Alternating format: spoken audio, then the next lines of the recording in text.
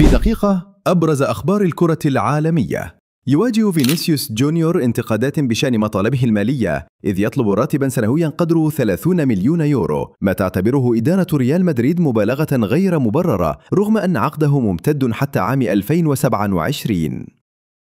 نادي الهلال يخطط لتمديد عقد الحارس المغربي ياسين بونو حتى عام 2028، رافضا العروض الأوروبية التي تلقاها اللاعب.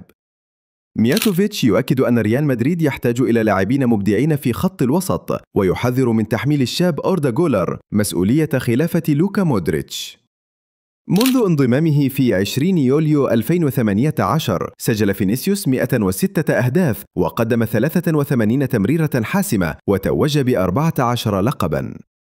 الاتحاد السعودي يسعى لضم يوري تيليمانس، ما قد يفرض رحيل أحد ثلاثي الوسط فابينيو كانتي أو حسام عوار، والقرار بيد المدرب لوران بلان.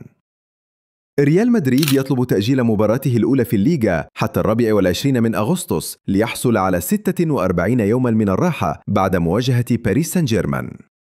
ليفربول قد يبيع إبراهيم كوناتي مقابل 40 مليون جنيه استرليني في حال فشل مفاوضات التجديد، والريال يترقب.